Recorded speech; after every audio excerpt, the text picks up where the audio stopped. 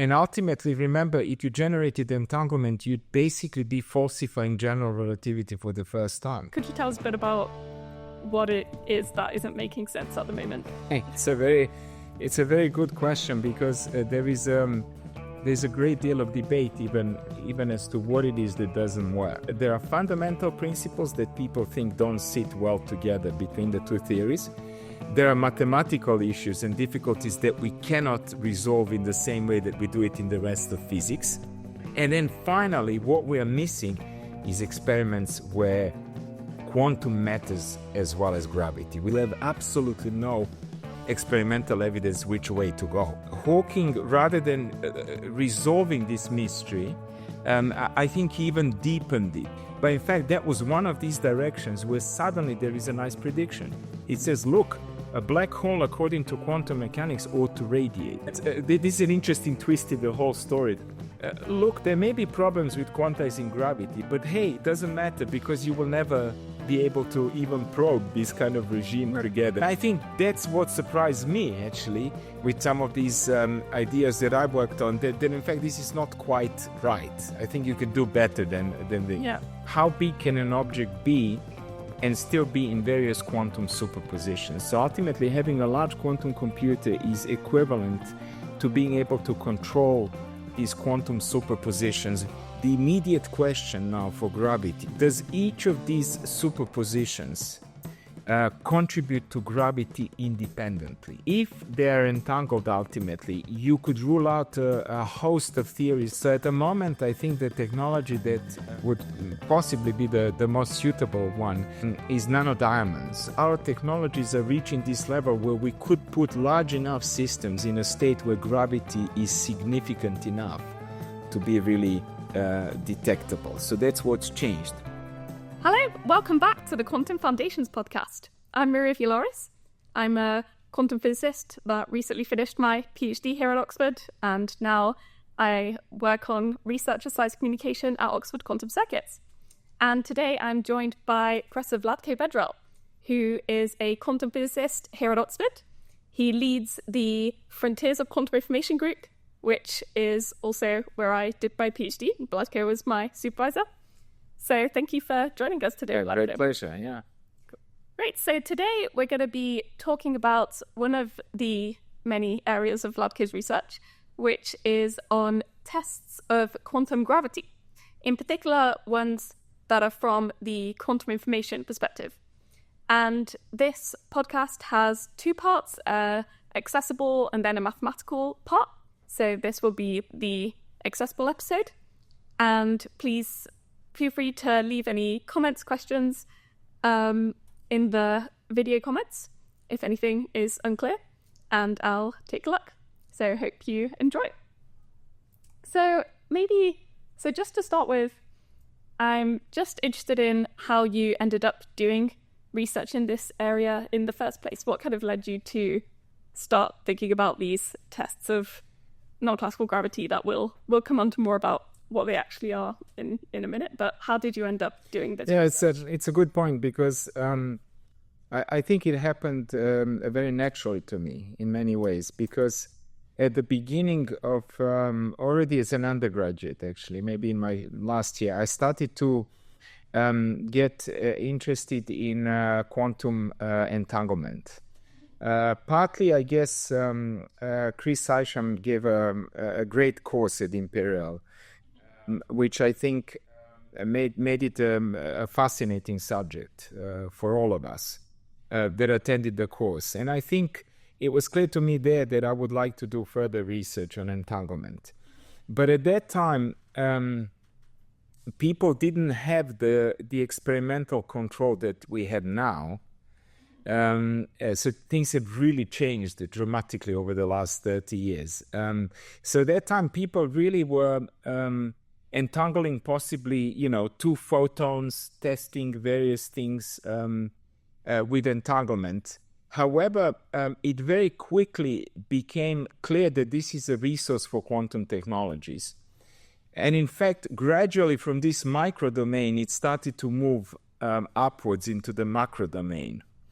So once you understood entanglement for two particles, then it's a very natural question to ask, can this really be found in more complex systems? So, for instance, we very quickly moved into the solid state. And in fact, already towards the late 90s, people started to make qubits out of superconductors. And so that already was fascinating. Look, you've got this genuinely quantum phenomenon that Schrödinger said it's the characteristic trait of quantum mechanics. And suddenly, it exists in macroscopic systems. And I think once you notice that, it doesn't take much to start to really ask the question about where else could we find these kind of things. One obvious direction is, of course, living systems. Immediately to ask, can even complex systems of this kind support some basic quantum effects? And then gravity is a very natural thing to investigate, because that's one of the only, as far as we know, the only outstanding force that we haven't really quantized. We haven't understood it in the quantum mechanical way.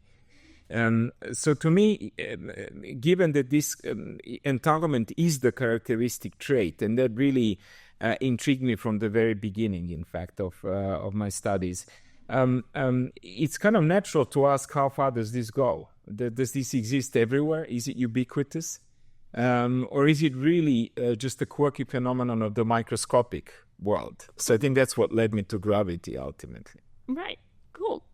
So, yeah, I think it'll be useful to talk a bit about what the problem with gravity and quantum mechanics actually is. So, and I think that's already an interesting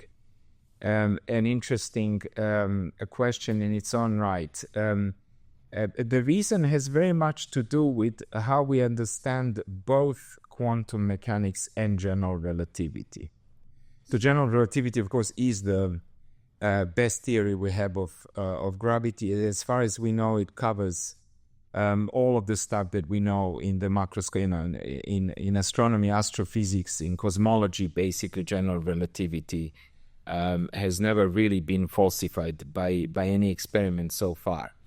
Of course, it's not as well confirmed as quantum mechanics, because with quantum mechanics we have a much better control of things. We can really engineer things with a much higher fidelity, if you like.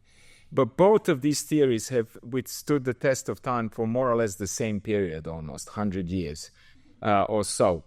I think if you try to put them together, what may go wrong is that you think that one of these theories obeys one set of principles, which may then be incompatible with the principles that the other theory obeys.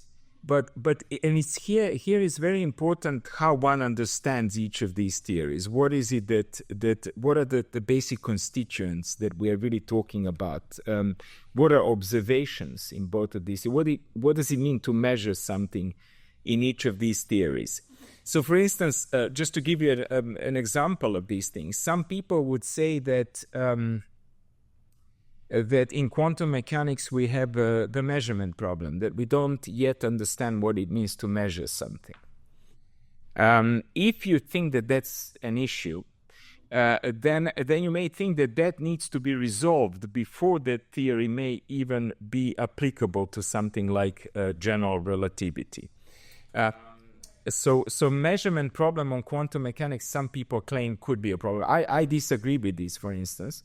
And that's why I think it matters what you think is still problematic, because what is problematic could well be the key then to unifying the two theories together. Sometimes people say, look, there is a principle of general relativity called the equivalence principle. And the principle states something very, very simple to understand. In fact, Einstein said this was the happiest thought of his life when he realized that this is the case. The equivalence principle simply says that gravity is indistinguishable from any other acceleration due to any other force. So he had this famous example where you're falling inside a lift. And of course, before you hit the ground, which is when you would feel that something funny is going on, any experiment you do in your vicinity inside this closed environment, so you have no external reference frame to know that you are falling down in anything, any experiment you do in this lift would just be as though there was no force acting on you at all. Because if you throw an object, this object would be falling at the same acceleration as you yourself. That's the kind of part of the equivalence principle, which means you would just simply confirm ordinary Newton's laws of free motion, even though everything is falling in gravity.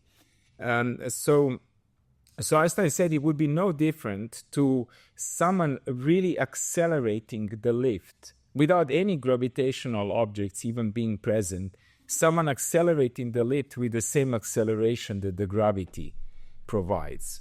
And Einstein postulated that these two are indistinguishable. Now, if you take this principle as a classical principle, then you could automatically, and some people do in fact claim this, that this cannot be reconciled with quantum mechanics. Why? Let me give you a very trivial statement on this. You could, in quantum mechanics, be in a superposition of different states of motion. So that means, for instance, your lift could be moving with two different accelerations at the same time. And now, if you really believe that general relativity is a classical theory, you would think that it simply does not understand, this theory, what it means to move at two different accelerations at the same time. And if you hold on to general relativity as a classical theory, you'll be insisting that something has to change in quantum mechanics. One of these must be true. This is the famous origin of various collapse approaches to quantum mechanics. So it says, look, I've got a classical principle. I rigidly believe it's true. And I believe it's true in its classical incarnation. That's the key here. Which means if I have a superposition of two different gravities, that's not allowed. I must decide it's either gravity 1 or gravity 2. So if you hold on to this, so again, I don't think the equivalence principle is a problem, but the principle itself has to be upgraded in order to suit quantum mechanics, just like all the other classical principles have to be quantized, if you like. So I think the debate frequently, if you look at many of these arguments that are made, why the two theories sit uneasily with one another, and then people will say various arguments of this kind, which I think frequently betray various biases about these theories. They don't necessarily mean that this is what it's like.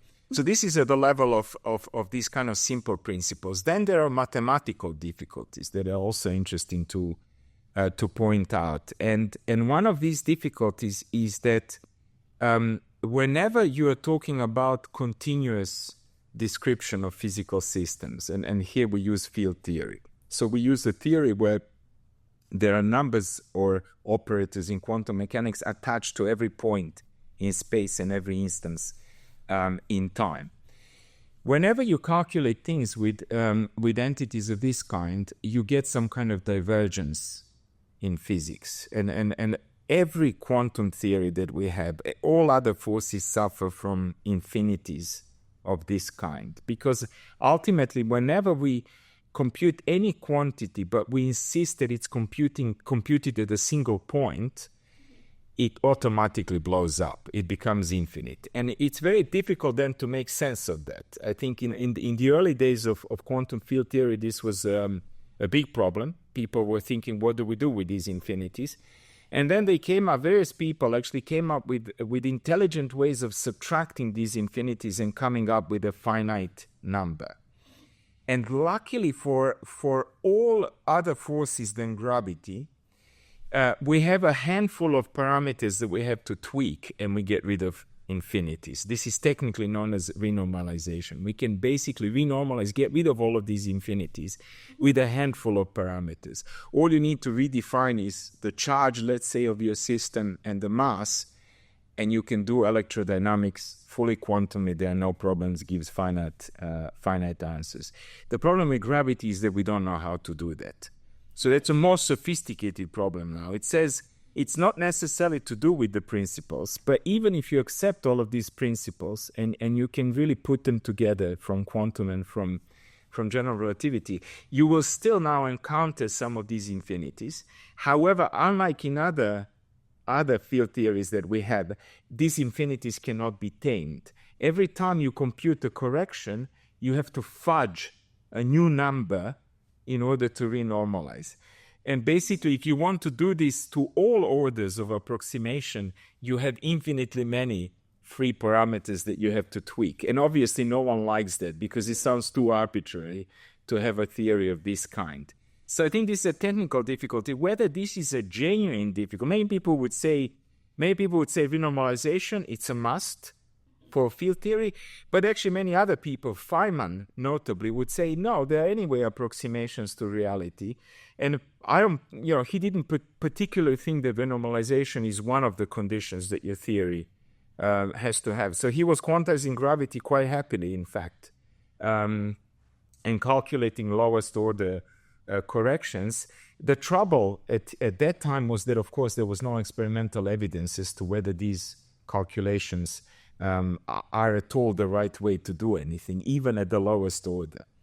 And in fact, I think ultimately maybe that's the third point. There are fundamental principles that people think don't sit well together between the two theories.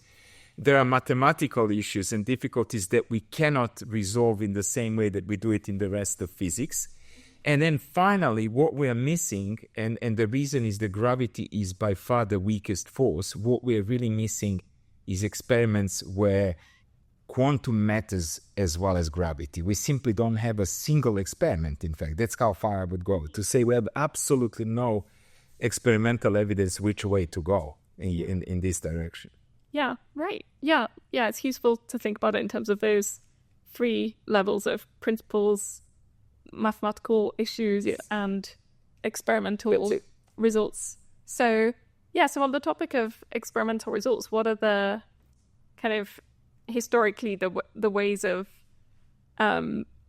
imagining that we might be able to do some kind of test? What are the types of ways that we could imagine if we had incredible technology? Yes, if we do that. Yes, a great question actually, because one of the interesting debates, this started possibly late 60s, early 70s, and I think the question started in a way that was initially detached from quantum mechanics. Probably by John Wheeler. I think he asked one of his students, Jacob Bekenstein.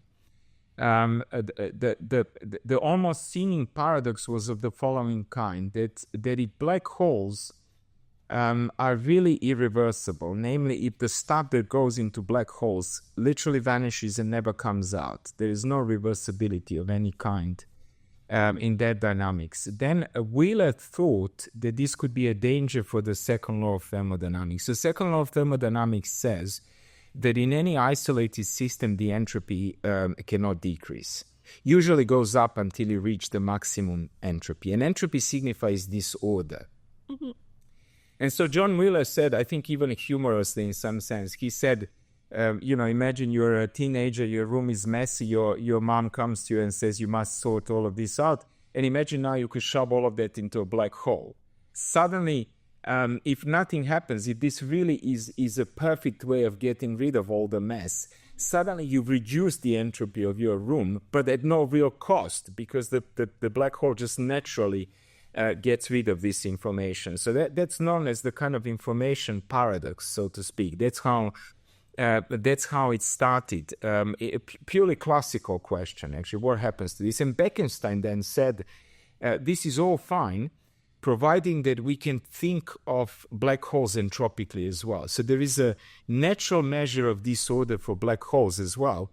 And it's not true that nothing happens when you put stuff into a black hole. In fact, what happens is that the entropy increases as well. So if you add up the entropy of your room, which has gone down, plus the entropy that's gone up of the black hole, you will actually see that it always goes up.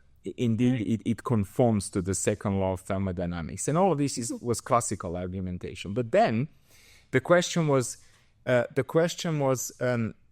what happens to this stuff in a black hole? Because we know, for instance, that all bodies that maintain a certain temperature, for instance, whenever they receive energy, they also have to radiate it. They have to give it up. So all bodies that we know, of course, absorb radiation partly within at least some range and then emit it also within other range. So what happens to a black hole? How does the black hole communicate with its environment? If it has entropy, it probably has temperature. Now, what does that mean actually for a black hole? And I think here is where Hawking played a crucial role, and here is where quantum mechanics comes in, which says that, well, if you treat a black hole at least partly quantum mechanically, then it seems that there might be a mechanism by which black hole could radiate. However, I think Hawking, rather than resolving this mystery, I think he even deepened it, because the radiation that he calculated that comes out looked completely disordered, completely thermal, and independent of what you put into a black hole. So that was interesting. Whether you dump a car into a black hole, or the stuff from a messy room, or a bunch of atoms or anything, the radiation that would come out would be identical according to his calculation. Of course, we don't have a theory of quantum gravity. His calculation wasn't exact, it was an approximate one, so we don't even know how much to trust it. But in fact, that was one of these directions where suddenly there is a nice prediction. It says, look, a black hole, according to quantum mechanics, ought to radiate. So at least that is a definitive prediction. But exactly as you said, this is in a domain where the radiation is so small that it's actually completely impossible to make this kind of observation and confirm this. And if you really want to confirm whether ultimately, so one of the consequences of this radiation is that if you wait for long enough, a black hole, any black hole ought to evaporate ultimately, like anything that radiates. It ought to disappear. But if you calculate the times, how long it takes for a typical black hole to disappear, we're talking basically longer than the age of the universe. So this is another experiment that's not really feasible for us. And the reason ultimately, you have many arguments of this kind which say if you really want to have quantum and general relativity together, you're going to have to reach what we call Planck's scales, Planck's distances, Planck's times, Planck's masses, energies, whichever units you want to take there. And these Planck's distances are really tiny distances. They are many, many orders of magnitude smaller than what we could measure in the laboratory. So the measurements we can make are maybe on the size of the nucleus. We're talking femtometer, 10 to minus 15 meters, whereas Planck says add 20 orders of magnitude more to that. Those are the distances where presumably maybe quantum gravity could become relevant. Similarly with times. So our best atomic clocks are 20 orders or even more in this case, a magnitude away from being able to confirm any of that. And in fact, this led, incidentally, to some interesting claims by various people, Freeman Dyson, one of them, that this is an interesting twist in the whole story that could be added to this, which kind of said, look, there may be problems with quantizing gravity, but hey, it doesn't matter because you will never be able to even probe this kind of regime together. It seems so distant and inaccessible that maybe it doesn't matter. We can happily go along with classical general relativity and quantum. The rest is completely quantum. You're never going to arrive at any contradictions simply because they are really inaccessible to our equipment. And I think that's what surprised me, actually, with some of these ideas that I worked on, that in fact this is not quite right. I think you can do better than the... Yeah. Cool. So how can we do better? Yeah, so that's an interesting point that... and I think here it was crucial that the developments of quantum technologies. So really you can you can, like, in one sentence, if you want to explain what quantum technologies are really trying to do. Usually people talk in terms of computers, and they say we want to make larger and larger computers that can basically calculate anything that's allowed to calculate quantum mechanically speaking. But in fact, thinking of this as a physicist, what you're asking really is how big can an object be and still be in various quantum superpositions. So ultimately, having a large quantum computer is equivalent to being able to control these quantum superpositions reliably and for as long as you need them to last to conclude something. And I think that was a huge 2000 onwards. I think that basically almost a race started towards building more and more reliable quantum bits. And maybe 2000 and I don't know when, 10 onwards, various industries started to take this seriously, and I think started to invest a huge amount of money. And that's the state we're at now, where in fact many places like Google, Microsoft are genuinely thinking that they can build a large-scale quantum computer. You know, there's nothing wrong with having a billion atoms together, all in hugely entangled quantum states. And so to a physicist, again, to them this may be relevant because it solves all sorts of computational problems. But to a physicist, it's a beautiful test of quantum mechanics. Does it hold at the macroscopic level? So actually, gravity comes in simply because when you make a spatial superposition of your system. So if you could take a massive, we can talk about that as well, because it's interesting what kind of systems people have in mind. Yeah. But when you take massive for us, by the way, means roughly a nanogram. So it's 1,000 times, it's a billion times smaller than a gram, right? Nanogram, which certainly is smaller than any basic units in living systems. So to a biologist, this is still tiny. It's much smaller than a human cell, for instance. But to a physicist, to an atomic physicist who is used to manipulating single atoms and maybe more complex molecules, these are huge objects. They're very difficult, in fact, to handle quantum mechanically. So you want to take a complex system for a physicist and put it in a spatial superposition of being at the same time in two different locations. And why is this interesting now? It's exactly interesting because of the equivalence principle that I mentioned before. The immediate question now for gravity, for any other force, it's just that we know the answer for other forces. The question is now, does each of these superpositions contribute to gravity independently in its own right? So if you have a mass in a single place, which is how we think of classical gravity, then of course this mass generates a gravitational field everywhere around. But if you now say, but this mass is in a superposition of two places, then if you look at yet another place where you put a test particle, it ought to behave differently if the mass is in one place to if the mass is further away in another place. And the question is now, clearly classical general relativity doesn't even understand that, precisely because it's classical. What does it mean that gravity is in a superposition of two different values? And it's really all because our technologies are reaching this level where we could put large enough systems in a state where gravity is significant enough to be really detectable. So that's what's changed. Mm. Now to add, so the first test would even be, the interesting test would even be to put a mass in a superposition and then try to interfere it later to see whether it has been in a superposition of states. This is the first test that this ought to pass. And already this is an interesting experiment. Does it stay in the presence of gravity? Does it stay in a superposition?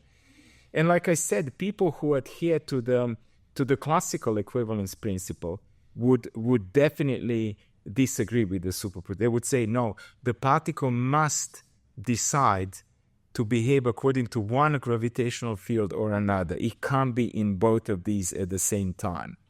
So that's already a test of different theories Already a test of different, indeed. Already a test of it. Does gravity understand this? And if gravity doesn't understand it, then what happens? Does it collapse it? Does it force it to be in one of these states? And that's a possible theory. There are various theories. They look very inelegant and ugly. We can talk about that too, because I think they violate all sorts of other things that we shouldn't be violating. So that's an interesting thing, but certainly logically possible. You cannot never rule this out.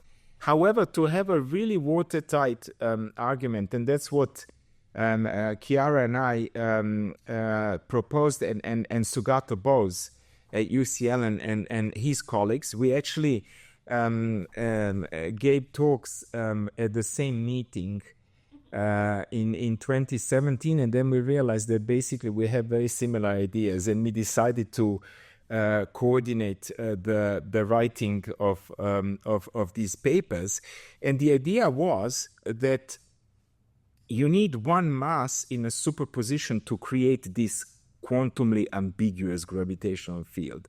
But actually you want another mass in a superposition in order to now respond to this and to see whether this superposition of the other particle also responds to the gravitational superposition of the first mass. So it turns out that if you really want a stronger argument, you really need two massive superposition. One is not enough, because even is a very subtle reason. It's a very interesting reason why one is not enough. Ultimately, is that if you put one mass in a superposition, and then you really demonstrate that you can never interfere it at the end. Yeah.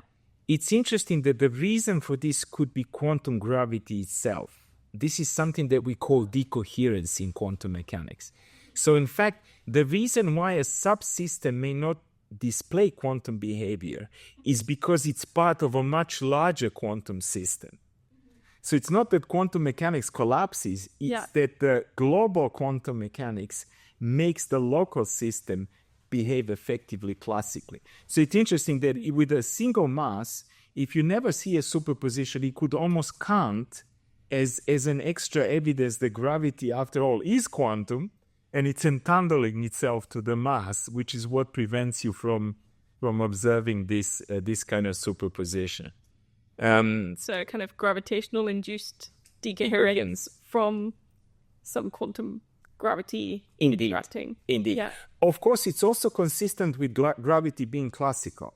A little bit like how we think about dephasing. You know, when you have a classical field and its value fluctuates, then of course your system will respond. You know, if you have, for instance, a spin in a magnetic field that it precesses around the magnetic field, then if the magnetic field changes over time, but completely classically, nothing quantum there, then of course your spin will respond to that, because a different magnetic field will make it precess at a different speed.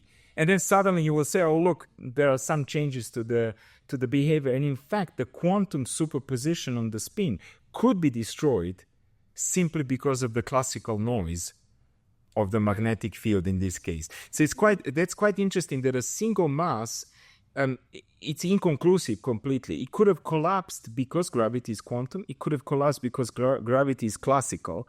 And I think that's why you need an extra mass, if you like, to test it. Right. So if it turned out that we weren't able to do this interference with a single mass, then that would indicate that there's some kind of decoherence of some kind of noise happening, but it's not conclusive of whether that's induced by a quantum property of gravity or classical. That's it, exactly right. So and this is, so it's very important what you're saying, because this assumes that you've eliminated all other noises. So you're already confident nothing else is there, it's only gravity. Yeah. And even then, look how strict this already is. Even then, you cannot definitively say, oh, that means gravity is classical. Right. But still quantumly collapse. Yeah. And if this was done with large masses and shown that they can interfere with just a single mass, what would that tell us about gravity?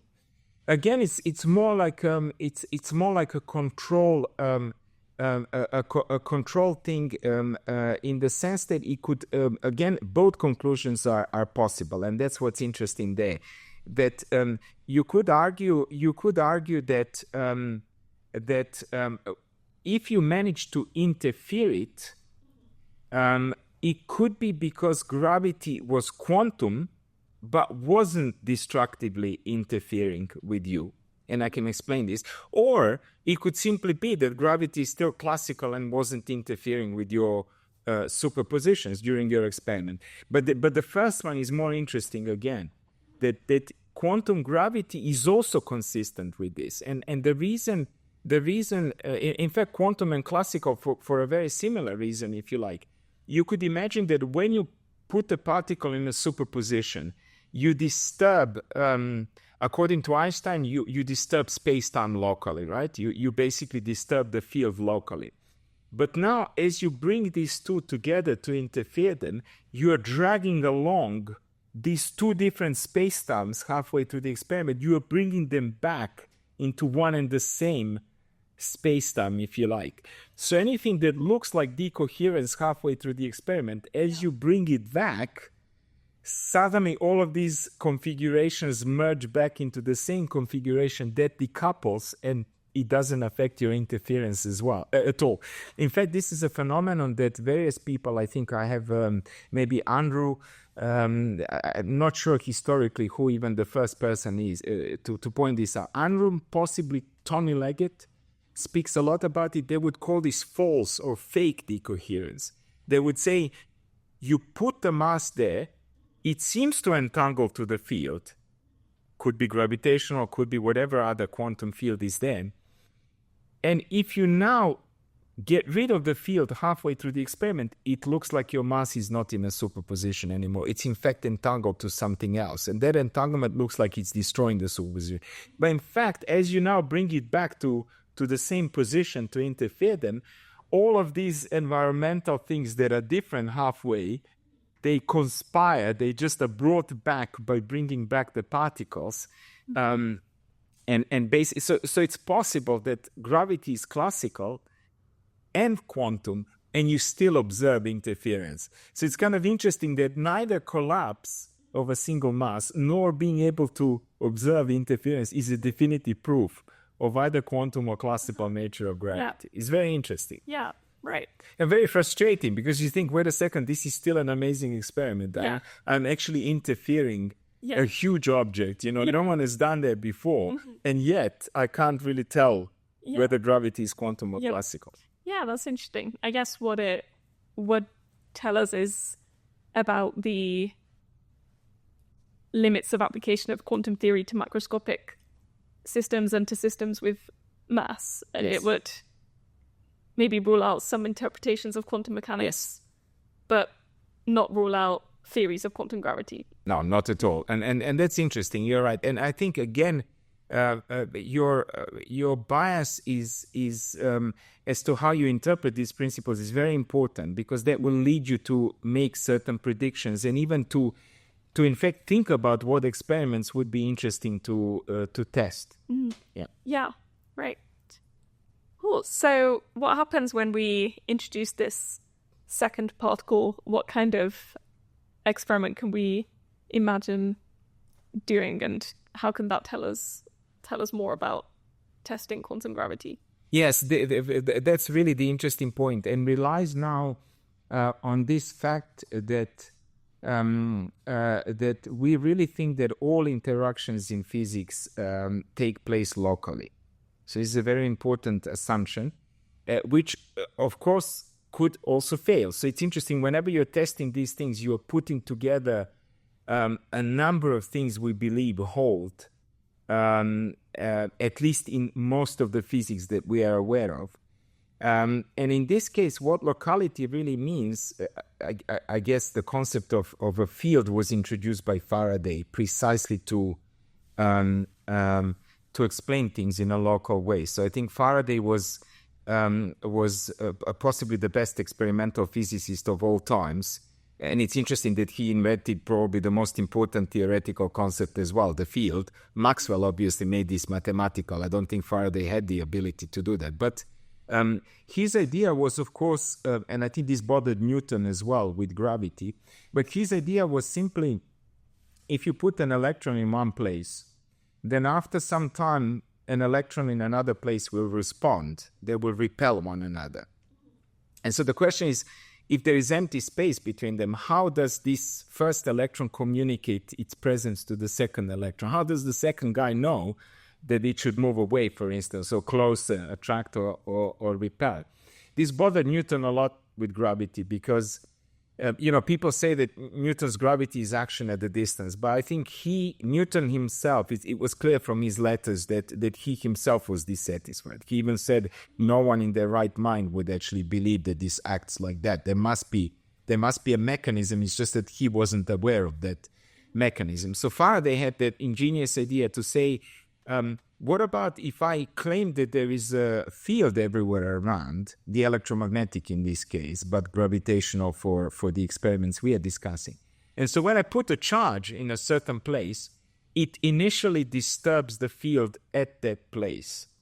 And then that disturbance starts to propagate. And it propagates completely locally from one point to the next. In fact, causally as well, as we like to say, which means at the speed of light, no faster than the speed of light. No such effect could go faster than the speed of light, as relativity says.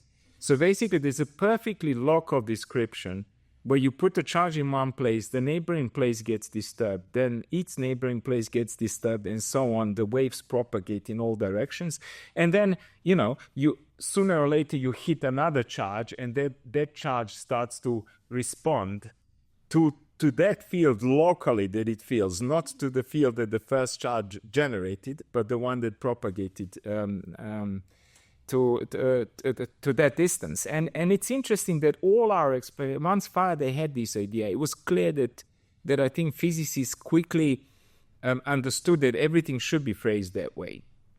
And obviously general relativity owes it to these kind of ideas. It's exactly what bothered Einstein as well, that Newtonian theory seemingly didn't have this kind of mechanism to propagate. And so now, so locality is the key assumption here, really. And now you can see that automatically when you put this together with quantum, now you get an interesting consequence. Namely, if you put a mass in a superposition or a charge in a superposition, then this must disturb the field locally to where one location is, and because superposition means at the same time, and in another place simultaneously. So what quantum mechanics really now predicts is that these two disturbances act together. They really act simultaneously. And in order for you to test whether they act simultaneously, you now have another charge or another mass in this experiment, gravitationally speaking, which itself is in a superposition. It should feel this effect simultaneously also in these two places. And I think there is no way of explaining this with a classical gravitational field, like I said, because the classical gravitational field simply wouldn't know how to respond to a superposition. It's impossible to disturb a classical field quantum mechanically in one place and equally, so to speak, in another place. So the other mass, the experiment is of course completely symmetric, just like the one with charges. Doesn't matter which one you think is generating the field and which one is kind of the test mass. Both of them are generating the field, really, and that's what creates the entangled state between them ultimately. So it's a very interesting.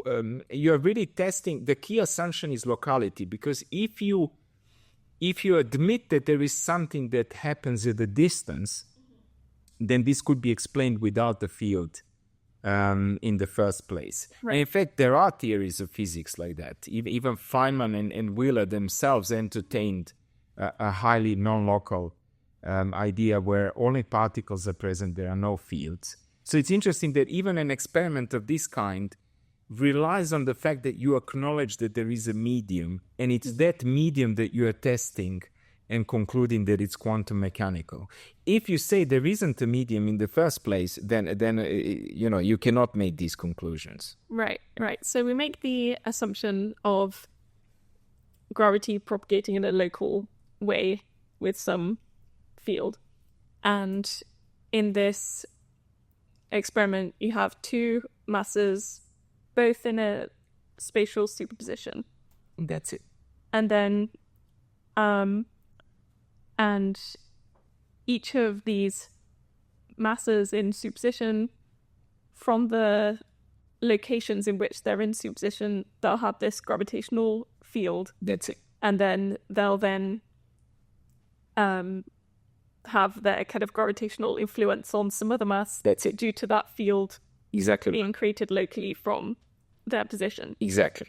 So what would we then actually see? So say we... Yeah, what is the consequence of that? That's how would you measure that? And actually, it's interesting to go even in detail because these are very interesting questions. So what you would do is you would really keep all of these masses in a superposition of this. So you would have four different states, right? Because two states for one mass and two states for the other mass, and each of them would basically suffer a different change due to gravity, simply because the distances are different. You are talking about four different distances, if you like, depending on how you arrange this thing. So what you're looking for is that while the masses are initially prepared in a completely independent way, they're not correlated, they're not entangled in our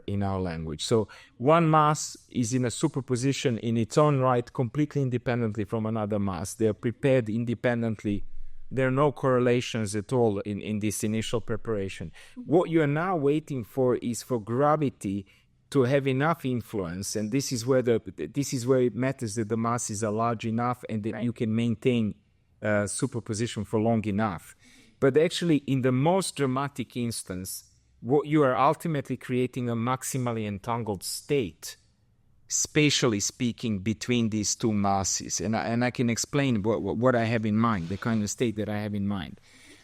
The state is exactly this kind. If you now measure one mass and see that it's sitting in one of the two locations, then you know that the other mass is in a specific superposition of states.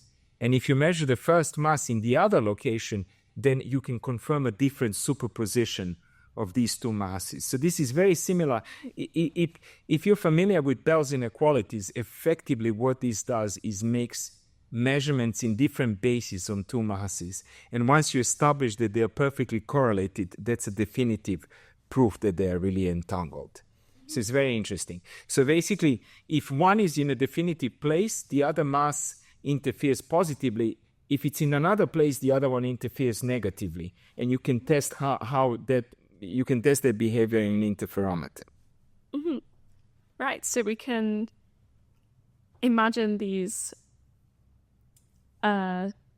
two masses arranged in such a way that the spatial superpositions all have different distances between each of them, and this leads to all these that once they've interacted due to gravity, yes, then that will lead to this effect that you can then measure of when you measure, let's say we measure this one and that projects it into one of the exactly right states. Exactly right. Then this other one will be projected into a particular exactly right state that you can measure with a kind of interference measure. Indeed. Actually, it would be in the instance, in the implementation that I have in mind, and we can touch on that as well, is that you would measure one of them and register it definitively in one of the two places. And then you would bring the superposition of the other one back, and depending which way it comes out of your interferometer, in detector 1 or detector 2, you would get this kind of outcome. Yeah. So if it's measured in one place, this one should be in detector 1. If it's measured in the other one, it should be detector 2. Yeah. And then, because of the symmetry, you need to now reverse. You need to measure the second particle, which position it's in, and you need to interfere the first one. And if you've confirmed this both ways, the state is definite. And it's an entanglement witness, as we call it. In fact, if the correlations are perfect, it's maximally. So you've started with zero entanglement in this experiment, and you've only gravitationally generated a maximum entanglement. And the claim, again, is that unless gravity can simultaneously respond to all of these superpositions, so namely, if it has at least some features that are quantum mechanical, then you couldn't do this experiment. If gravity was really only classical, it would be forced to choose one of these configurations and only act on it. It would say, oh, I don't like this superposition. I'm only going to do something if the masses are close to one another. And therefore, this would be tantamount to some kind of collapse. So you would collapse the superposition and then affect it as you do in classical relativity. So that's kind of what we're testing in this experiment. Right. So if it was the case that gravity did work like that, then the outcome of the experiment that we'd see is that we would attempt to do this test of we'd measure one of the masses in its spatial position and the other one we'd do this interference. But then what would we see with the outcomes? It wouldn't tell us that they were maximally entangled. We'd instead find that they weren't entangled. Is that the outcome? That's right. Again, you are facing this interesting perspective that if they're entangled ultimately, you could rule out a host of theories that we call semi-classical. So any theory that treats matter quantum mechanically but says, oh, gravity is a classical background somehow. Field theory in curved space-time is one of these, but there are many theories of this kind. They would all be ruled out if you had entanglement. However, if you didn't have entanglement, then again, you have to be very careful because, of course, one possibility is that this can happen because the gravity is classical and it forces a collapse. I'm again assuming that you are controlling all other relevant parameters, that it didn't collapse because of some other noise in the laboratory. So we're really confident that it's only gravity that does these things. But it could be maybe a signature of gravity being quantum, but not acting in the way that we think it acts at that level, which is again similar to the experiment with a single mass, where something collapsing, it doesn't tell you conclusively that it's not quantum gravity, but it certainly tells you that it cannot be quantum gravity of the kind that we would naturally imagine in analogy with electrodynamics, for instance. So that would be certainly ruled out. And in fact, I'm thinking, so of course all my bets are on gravity being quantum at this level. However, I must admit that it would be far more interesting in terms of information, if you think like that. You're surprised much more, actually, if it didn't work that way. Simply because all other forces at that level, at the level of weak forces, if you like, they do work this way. It's just very hard to imagine how else they would, what else they would do. And like I said, it fits with all sorts of other principles that we have: locality, causality, conservation of various entities. All of them somehow only really work consistently in a fully quantum theory when you quantize everything. As soon as you do this half house, that half of it is quantum and half is classical, you're automatically running into difficulties with all sorts of things in physics. That's why I think this will be genuinely surprising. Yeah. Yeah, so there's a very large surprise level. Very large, much, and I imagine most physicists would say this. Although, as you know, there are many great scientists actually who are betting the other way as well. But I think then it seems to me we'll have to do a much more extensive work to understand what's going on and why is it like this. It could be that gravity is not a force. Maybe we're making a mistake to treat it in the same way. There are many possibilities there. Right, yeah. So there's this thought experiment with the two masses, seeing whether they become entangled or not when gravity is the only way that they can interact. And if they do become entangled, that tells us that gravity must have some quantum properties. if they don't become entangled, then gravity may still have some quantum properties, but it's not, or it may be classical. Indeed. But if it does have quantum properties, it's not working in the same way as fields in electromagnetism. Which is already an interesting conclusion, in fact. But again, it's important to highlight this complexity that if it didn't work out and you really eliminated all other things, it doesn't mean you ought to conclude that it's classical and that there is a collapse. It could be more sophisticated than that. Yeah. The failure could be much more sophisticated, in fact. Yeah. Right. Yeah. And so, kind of linking back to what you said before about the difference between what a single particle experiment would tell you and this two-mass experiment, what's the kind of strength of conclusion that we can make if we measure that there is entanglement? What exactly does it tell us about how quantum gravity is? Oh, great question. This then would probably the most logical thing to do again, because this would be almost like confirmation that at that level gravity is transmitted in the same way as electromagnetism. And in fact, you'd be using that formulation, which we call linear gravity. You'd be using that formulation that looks identical, in fact, to quantum electrodynamics. I think it's exactly the same at that level. So now, if you think of that kind of treatment, what you would be automatically concluding is the equivalent of electromagnetism. So you would be saying something like this: in my description, there have to be at least two numbers that cannot be treated like classical numbers. They have to be upgraded to what we call quantum numbers, to operators. So they have to be matrices. They have to be more complex entities. And the two numbers in the simplest formulation of this are the field itself. The field at this level is always written in terms of creating and annihilating the quanta of the field. So usually in gravity, we call them gravitons. So you would have the field operator, which creates and annihilates these gravitons.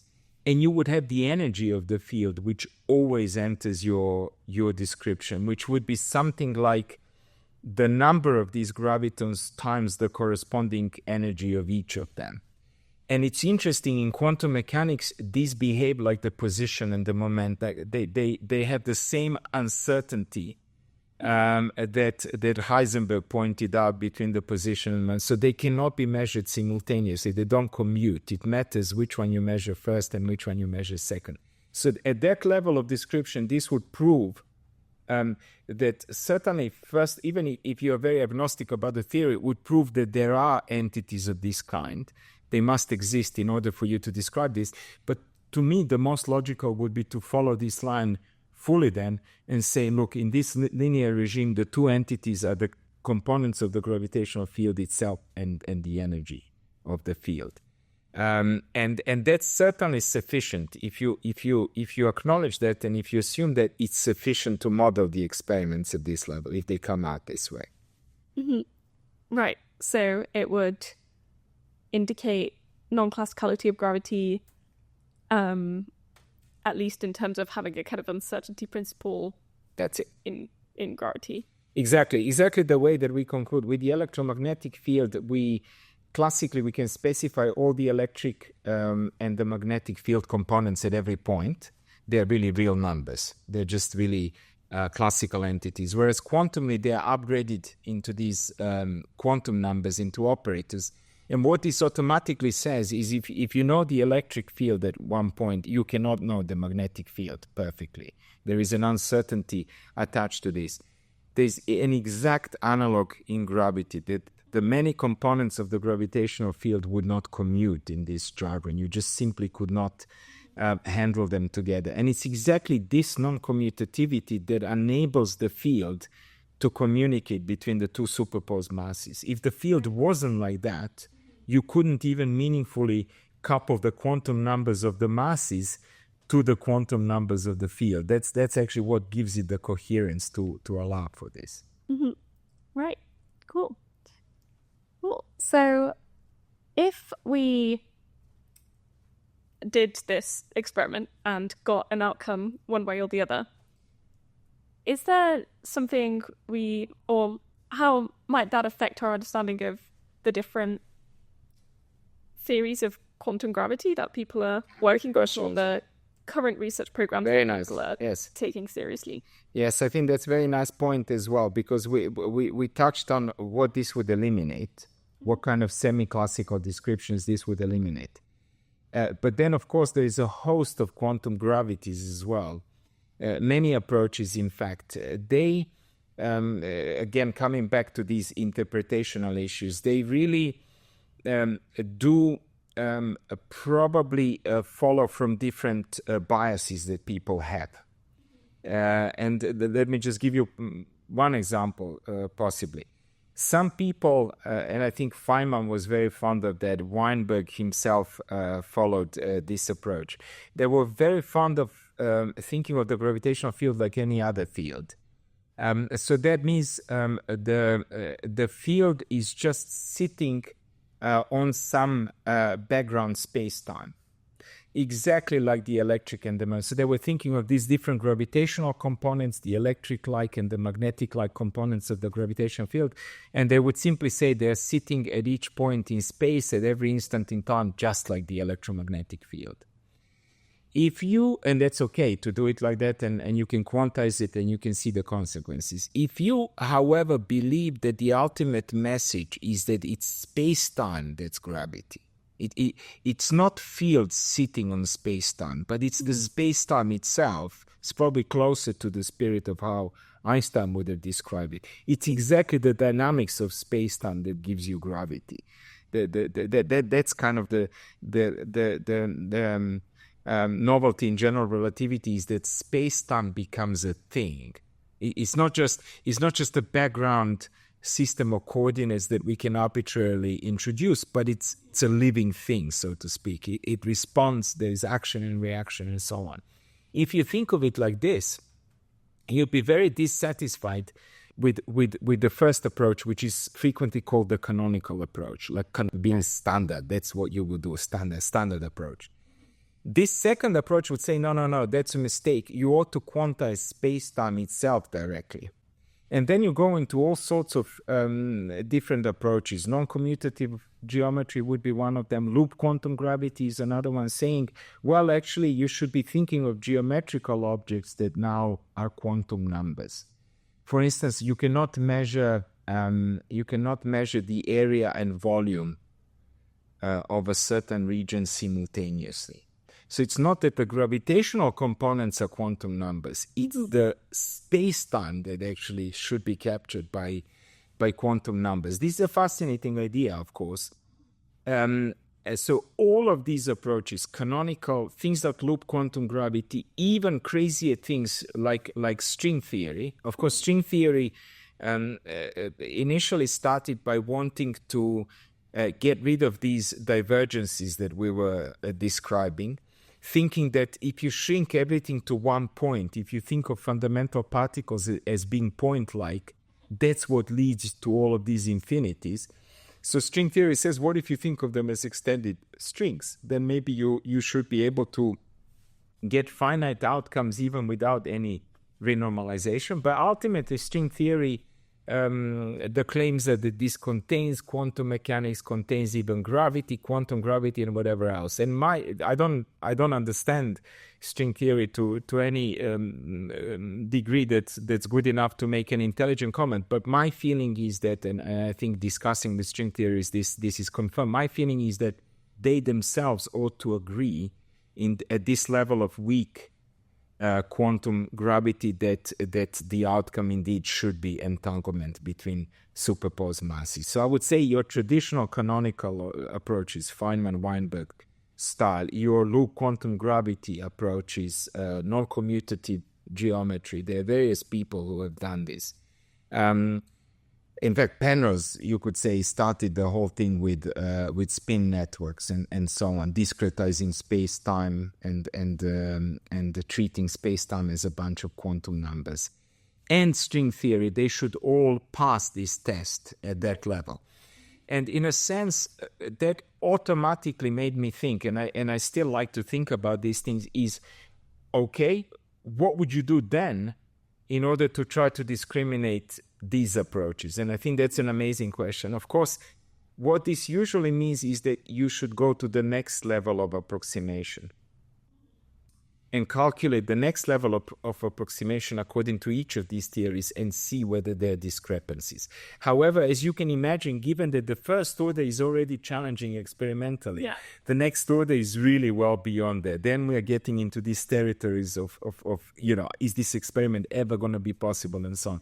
I'm still hopeful that we can maybe one day test higher orders. Yeah, right, yeah. So this would kind of be one split of classes of theories that can describe gravity, and then if we want to discriminate between those, we'd have to be creative again and come up with another way. And they definitely are different, like I said, because it does matter whether you claim that space-time don't commute, individual components don't commute. Now, sadly, like I said, the usual intuition would tell you that the non-commutativity is on the order of Planck's times and distances, so it's tiny. It's extremely difficult to amplify that. At present, no one knows. Many people would claim that maybe the early universe tells us something. So maybe at the beginning, if our account of the early universe is correct, maybe quantum mechanics and gravity really mattered simultaneously. Maybe at that time you could actually calculate the consequences of that. So I'm hopeful that we could discriminate all of these. And then string theory, like I said, makes an even further claim that the fundamental objects are not point particles. So surely all of this ought to be testable, at least in principle. But the question, as always, is to understand the range within which this occurs. Where does it matter? Where can it be tested? And all of that. Yeah, cool. So in terms of this two-mass experiment, could you tell us a bit about, in terms of imagining a research program overall as a society working towards implementing this experiment, where are we up to now in terms of the technology that would be needed to do it, and what kind of milestones or journey would we need to follow to actually be able to implement it? Yes, this is a very important question to have a set of milestones really that you need to reach in order to do this final experiment with two masses. So at present, I think what one would be betting on is a technology that allows you to really trap. The reason being that when you trap systems, and you can do this in various ways, or optically, magnetically, whatever the particle responds to, if you like.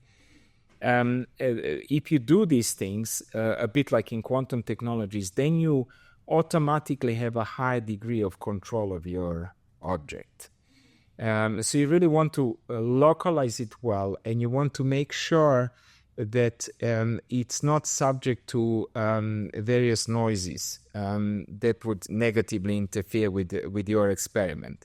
So at the moment, I think the technology that a few of us think would possibly be the most suitable one is nanodiamonds. Nanodiamonds. One reason is that people know how to trap them. And another reason is that even though they are large, so they certainly can be of the masses that I mentioned that are required for gravity, to be significant gravitationally. However, the intrinsic structure that you need in order to control them is dead simple. Actually, it's the equivalent of a simple atom. So they're almost like an atom worth of complexity, but wrapped into this massive object. And they respond to both to optics, to lasers, and they respond to the magnetic field. So the key thing here is to have a handle on the object to create this spatial superposition. That's always the question. Whenever you say, I need this object in two places at the same time, the question is, how do you do that? With light, of course, with photons, you would talk about beam splitters. There's a mirror, there's a piece of glass, you send the photon through that glass, and then it naturally ends up on both sides of the glass at the same time. And we know that this is how photons behave. With a massive object, it's not immediately obvious what the beam splitter is. Sometimes people send atoms through all sorts of laser fields that then they act like mirrors, and these atoms split in these fields. But when it comes to a nanodiamond, you would do something similar to what we call the Stern-Gerlach experiment. So this nanodiamond would have an intrinsic spin, and this spin would respond to the external magnetic field. So you would have to arrange the magnetic field to have a gradient to change spatially in a particular way that the spin up and spin down components of your diamond would go in opposite directions. And in fact, that can be done. It's never really been done with a single. So even achieving a superposition of two spatial locations and then interfering that would be a huge step in that direction, and just seeing what happens there. But the control would be completely magnetic in this case. You could confine it into a very small region, and in fact, a nice thing about confining it is that you could repeat the same experiment over and over again with the same nanodiamond. So you wouldn't have to waste a nanodiamond and introduce a new one. You could in fact superpose it, then interfere it, get the result, then again superpose the same nanodiamond, re-interfere it, and so on. So you can get many experiments out of a single system in this case. Of course, engineering magnetic fields with the precision of a micron, which is what's required here. We're talking about really tightly confined systems. It is definitely an experimental challenge. So each of these, what I described, is extremely challenging. Eliminating the noise means you are definitely going to go cryogenics. You need to eliminate vibrations, and it's because ultimately you are reading out the state of spin through lasers that you are really worried about vibrations above 4 Kelvin. So I think all of this is some kind of liquid helium fridges that you need on top of it. So it's all going to be inside equipment of that kind. So it's a very difficult experiment. But again, the difficulty is very much in line with the difficulties that any quantum technology experiences. All of it relies on cryogenics. All of this relies on achieving a certain degree of stability, fault tolerance. In fact, as you are doing your experiment, is very likely, and these are techniques that have been developed by many groups, it's very likely that you will have to error correct on the go. There are all sorts of techniques known under spin echo, dynamical decoupling, that you will have to do in order to make sure that no other component of the environment really does anything other than the one that you want to do to make the change to your system. But it seems to me these nanodiamonds is not to say they're the only technology, but they have the right masses, they have the right coherence times. In fact, it's amazing that they can be coherent up to seconds, quantum coherent.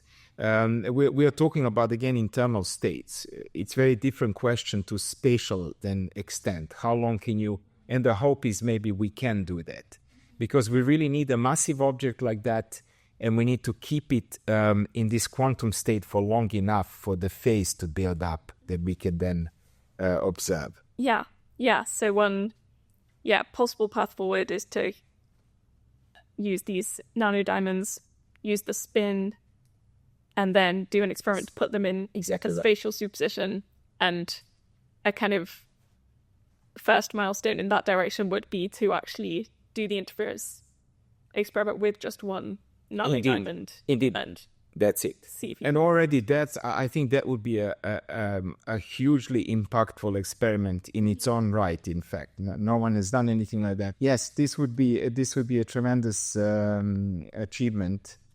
in terms of control of your system, but also in terms of what people call metrology, quantum metrology. So this could be, you could, for instance, put a classical, just a massive object that's localized in one place, something of kilogram mass, and then look at whether you could detect the gravitational field on this of this system by simply affecting the superposition of the nanodiamond itself. So basically, the component of the superposition that's closer to the massive object would gain a bigger phase, if you like, faster than the other component, and there would therefore be a relative build-up of the phase between the two, which is exactly what your interference ultimately measures. So I think even measuring very relatively small, weak gravitational fields, but still of classical stationary objects, would be a huge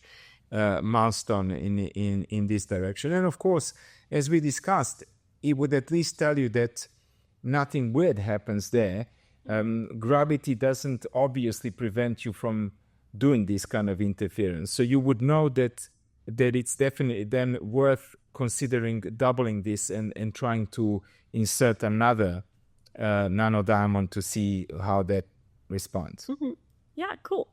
And I guess, yeah, like you mentioned, in some ways it's similar to the progress needed in quantum technologies and quantum computing in general, in the sense of trying to get as much control as possible over the quantum systems and removing noise from the environment. And I guess the difference is that it specifically needs to be superpositions in terms of mass, as with a spatial effect, whereas in computing you can use any degree of freedom. Yes. It's as long as it's abstractly a qubit, it could physically be anything. But here we specifically need a spatial superposition to draw these conclusions. Yes, and that's the tricky thing to achieve, experimentally speaking. I think that's why this is a difficult experiment. But I think it's certainly it seems to me it's definitely worthwhile. Because obviously, like with anything in physics, as we know, even when you're driven purely as I am by these fundamental ideas, and I'm really curious what happens to gravity at that level. Yeah, I think most of us are curious about it. I think you are bound to, along the way, develop new experimental engineering techniques that are relevant for almost anything else. In fact, you have to, because you wouldn't be able to do the experiment without doing that. But it's true that as a computer, it's certainly not aiming at universal. It's a very specific thing that it's trying to do. It's trying to sense a very weak field in its vicinity, and in that sense, it wouldn't be like a universal computer. But then on the other hand, as you said, universal computers, even when they can handle huge entangled states, it doesn't mean that this could be gravitationally relevant, because it could all be compactly hidden in a small volume rather than being spatially extended, which is really what you need here. Mm-hmm. Yes. Yeah. And if we were to kind of just imagine long-term future that gravity is quantum and we have this kind of control over these degrees of freedom affected by gravity, is there anything that you could just kind of imagine technology-wise, just hypothetically possible directions that it could? Yeah, this is a very interesting question, because of course, again, one thinks of the electromagnetic field and what we do with the electromagnetic field, and obviously there are huge advantages to encoding information into fields, right? So even when we imagine quantum computers, we frequently imagine that we may have even a distributed network of computers, just like with classical computers. And then obviously, while it's okay, or it's feasible for them to be locally made up of material qubits, let's say superconducting qubits, it seems that when you're communicating at distance, you really would be using photons that carry this, simply because they go at the speed of light. It's also possible that they would be subject to much less noise along the way and so on. So somehow you can imagine they're communicating via fields has its own advantages. Of course, providing, again, the difficulty here, and I guess with gravity would be an even bigger difficulty. The difficulty is faithfully transcribing, maybe is the word, all of the information inside your, let's say, material computer onto the state of light, and then sending it at a distance, and then doing the inverse of that. So this is a difficult thing to do, by the way, even with two atoms, where you're trying to get one atom to emit a photon. Then you're trying to faithfully collect that, channel it maybe through an optical fiber to another atom, which then should do the inverse and absorb with a high fidelity, let's say, this photon. This is extremely difficult to achieve. We don't really know how to do this. So somehow, whether gravitational field would also be useful in this way, simply because, again, the carriers are zero mass particles that travel at the speed of light, is always a good question. But again, the weakness of gravity is really what goes against this, right? It wouldn't be a natural candidate compared to optics. But I think it's interesting to think about this. Yeah. So networks connected by gravitons instead of photons. Yes, gravitons. And then, incidentally, as soon as you talk about these things, there are people who imagine that even the stationary computers don't have to be made up of matter themselves either. This may make it easier. So there are people, in fact, probably the best funded company at present, they have billions of dollars investment, is all about an all optical quantum computer. And in this case, maybe you don't even have the problem of transcribing information from matter into light. Maybe you can just naturally let the information and channel it through fibers to another computer. So there are all sorts of ideas out there which may be. So this would be even crazier to think that maybe gravitons could make up the computer itself as well, not just the communication between computers. Yes. Yeah, cool. So we've talked a bit about how we could imagine experimental progress towards implementing this kind of experiment. Do you think, in terms of the theory side, that there's still theory work to be done on thinking about this experiment and these kinds of experiments, and what are the most interesting directions there, or things like you're thinking about there? Yes, I think many directions. In fact, there is, of course, first of all, there is always theory to be done, even on the feasibility side, on the practical side of finding the relevant parameters that you need to do this experiment. And in fact, the group that Chiara and I are collaborating with, Marco Genovese in Turin in Italy, they are actively doing this now. So the question, even before you start an experiment, you really want to do a feasibility study that all of these parameters we're talking about, masses, the extent of superpositions, the magnetic fields, the gradients of magnetic fields, the optics that comes in as well for control of matter.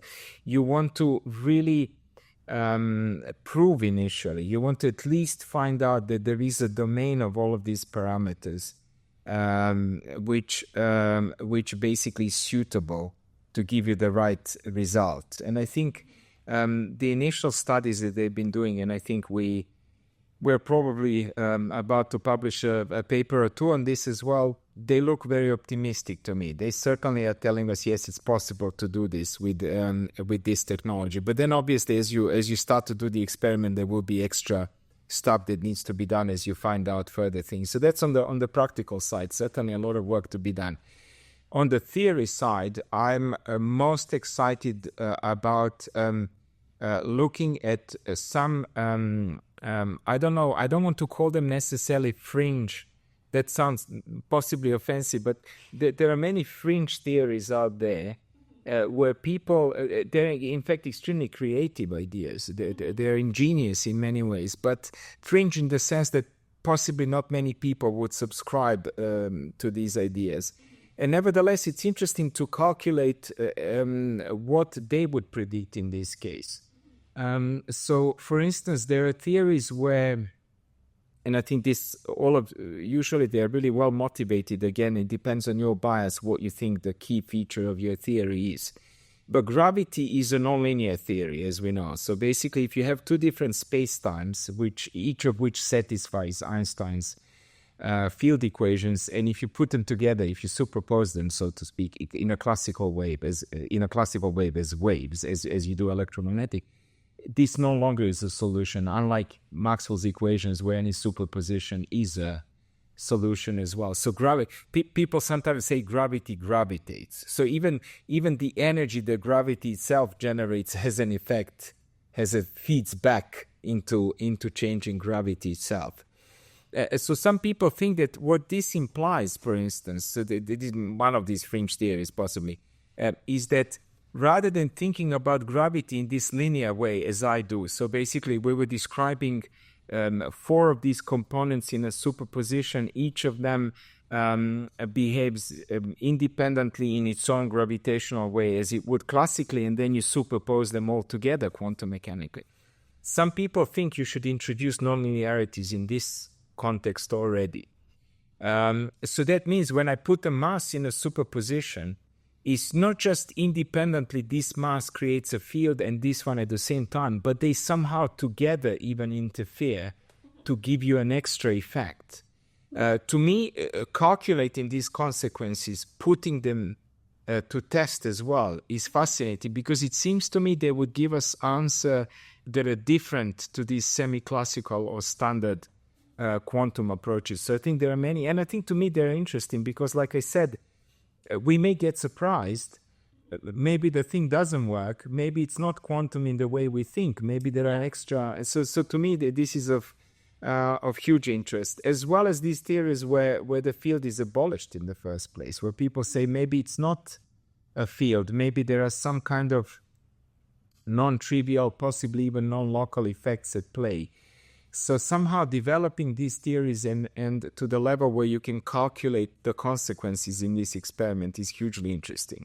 So that first, and then what we touched on before as well, working out the next order contributions and really seeing whether these different approaches would disagree at that level as well, to me looks interesting. And then again, looking for experiments, because the same way that we are surprised now that we could actually test quantum gravity at the lowest level with just two superposed massive objects, maybe we get surprised that these higher orders are also accessible and amplified in some way. Yeah. You never know. So that's, I think, what I'm focusing on. Mm-hmm. Yeah, cool. And I have a question that's a bit more sociological, I guess. I don't know if you have a concrete answer, but thinking about the kind of level of, so yeah, I've mentioned already there's quantum computing companies that have raised billions to try and implement this kind of ambitious technology. And then we have, in the past, we've had things like space programs and telescopes and CERN. In terms of the kind of level of investment and difficulty and innovation needed to do this kind of experiment. So talking specifically about this kind of two mass type test, where do you kind of see it on the within that landscape? Like, what might it be comparable to in terms of scale of difficulty and expense? I think much smaller, again, precisely because it's a very specialized experiment. If you want to think of it computationally, you are really doing a single computation. You are really achieving some kind of metrological sensing, if you like, that jargon. So my feeling would be that we're talking about tens of millions, which are required maybe to see this from start to finish. Certainly nowhere near as complicated as universal quantum computers, because universal quantum computers have to be able to execute any dynamics and prepare any physical state that the theory says is preparable. And this is extremely complicated. Extremely complicated. With this experiment, you're really talking about a single state that's relevant, which I think is why these experiments are not that costly in comparison. I think the difficulty again with convincing people to invest this is that the real importance of this really is for the fundamental science in the first instance. You cannot immediately think about applications other than, of course, better sensing, which you could then possibly apply to something else. You could say, here is a gadget that we know works and it tested this. If you now want to apply it to something, for instance, the army is usually interested in sensitive vibrations. They want to know, is there a presence of some object or force in the vicinity that we could detect. So I think lots of these sensing technologies are going in that direction, and I think if you could sell it in that way, then of course it would be useful in this way as well. But I think to me the value, obviously, to myself, and I would say to most scientists, is simply testing fundamental theories, asking other theories that we have now, would they pass this test? And ultimately, remember, if you generated entanglement, you'd basically be falsifying general relativity for the first time. No evidence out there in astrophysics, dark energy, dark matter, nothing so far conclusively. It may indicate that something might be wrong with general relativity, but I don't think so. I think so far it's not conclusive at all. It may well be that general relativity survives at that level. However, in the microscopic, in this domain, I think it's possible that this will be falsified. And to me, this is hugely exciting. So in a way, I think if you were to do this thing, would be really for fundamental science. And at the national level, it would be a matter of possibly national pride. We are the place that did this. But it's difficult to think immediately of applications of the same kind as universal computers, which are clearly of national importance for every country now. I think everyone has realized that this is a very powerful technology, and I think there is a race going on. It would be nice. I would love various places to feel that this kind of question is also an urgent question, and to give a fraction of that investment in this. Yeah, but I guess there's similar fundamental science motivations in things like telescopes and particle physics. Yes, are kind of driven by trying to understand everything better. Yes. And CERN, indeed, a great example, because CERN has been spending billions and billions, certainly much more, 3 orders of magnitude more than I think what this would need, and they've sustained it over a long period. I think they have a very powerful way of sustaining these funds, which are ultimately for fundamental science. But I think all the applications that they come up with are obviously seen to be interesting, important, useful enough that it keeps the experiment going. Yeah, and there's been a lot of spin-off. Accidental applications. Indeed. And I think here you could almost say the same, because unless you start the experiment and you see what's going on, it's very difficult to predict in advance what to expect. Yeah. Yes. Yeah. Cool. So, to kind of recap what we've discussed, or at least some of it, because we went into lots of different directions. We talked about the issues of combining general relativity and quantum mechanics. Yes. And then there are these kind of 3 levels of issues: on the level of principles, on technical, calculational details, and then on experiments that we don't have the experimental results to test the regimes where they're both in play. Yeah. And then you talked about these that one direction of experiments would be to get control over the Planck scale. We don't have that yet, and it would be in the very far future, if ever that we're able to do that. And then there is this kind of other class of ideas that are more quantum information inspired, and that's based on using superposition and entanglement and thinking about what happens when you put a single mass in superposition, but then that doesn't rule out theories of classical or quantum gravity. And then we discussed that you can put two masses both in superpositions and then do an experimental test that's kind of like in the spirit of Bell inequality type tests of figuring out whether two systems are entangled. Yes.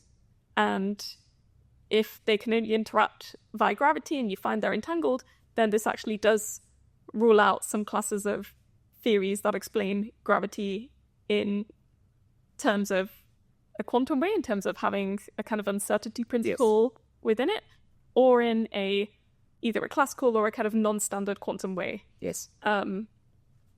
Yeah.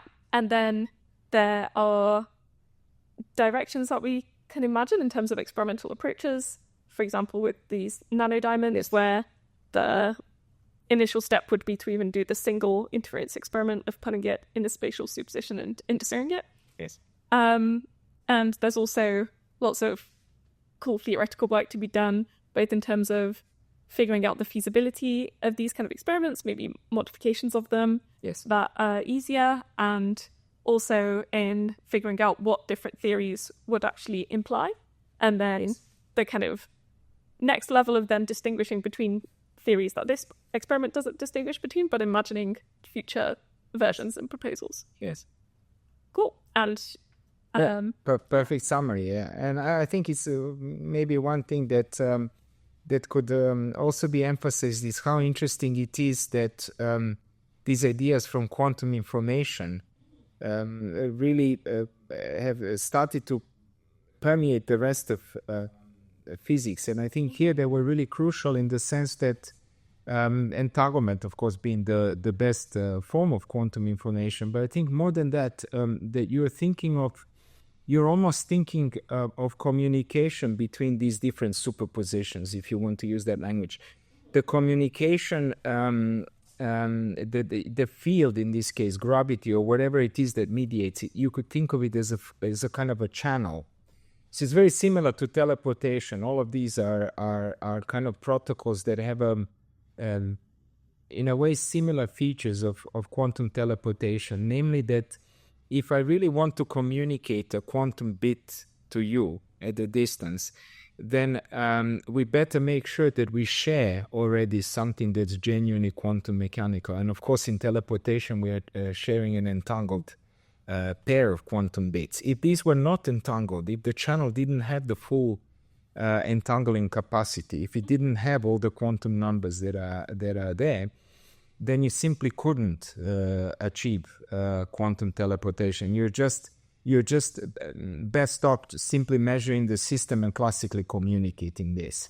And I think if you think of gravity in a very similar way, then that's exactly the conclusion here, that is gravity just simply implementing some kind of classical communication channel? Is it measuring these two superpositions and then doing something consequently, or is it really able to, like teleportation, act simultaneously and communicate all of these configurations simultaneously? So I think somehow these ideas that when you're putting theories together, they must have the same information processing capacity. If they didn't, there would be something inconsistent. You could automatically derive a consequence of that. To me, that's fascinating. Actually, I think we're still going to get a lot of mileage out of this in the future. Mm-hmm.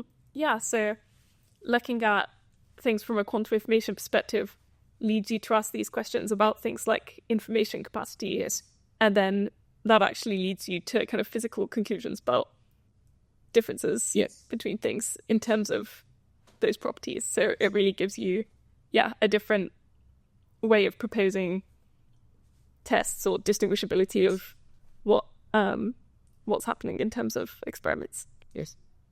Cool. So great. I think we've covered a lot, and this is a good place to wrap up. So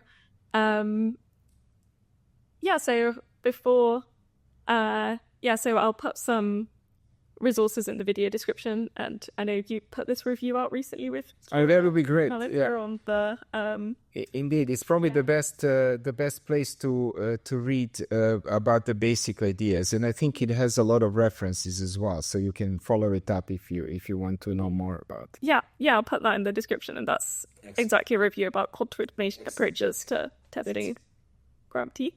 And before we finish, is there any kind of final comment that you'd want to tell our audience about any of this?